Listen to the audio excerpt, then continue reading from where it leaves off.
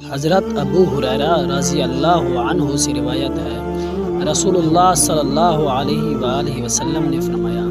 جس کام کا میں تمہیں حکم دوں اس پر عمل کرو اور جس سے منع کروں اس سے باز رہو۔ حضرت ابو ہریرہ رضی اللہ عنہ سے روایت ہے، رسول اللہ صلی اللہ علیہ وآلہ وسلم نے فرمایا، جس نے میری اطاعت کی اس نے اللہ کی اطاعت کی، اور جس نے میری نافرمانی کی اس نے اللہ کی نافرمانی کی۔ حضرت ابو ہریرہ رضی اللہ عنہ سے روایت ہے کہ اللہ کے رسول صلی اللہ علیہ وآلہ وسلم نے فرمایا، میری امت میں سے ایک گروہ اللہ کے احکام پر ہمیشہ پوری طرح قائم رہے گا، اس کی مخالفت کرنے والا اس کو نقصان نہیں پہنچا سکے گا۔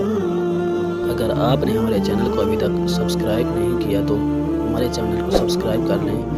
تاکہ ہماری آنے والی ویڈیو آپ تک بآسانی پہنچ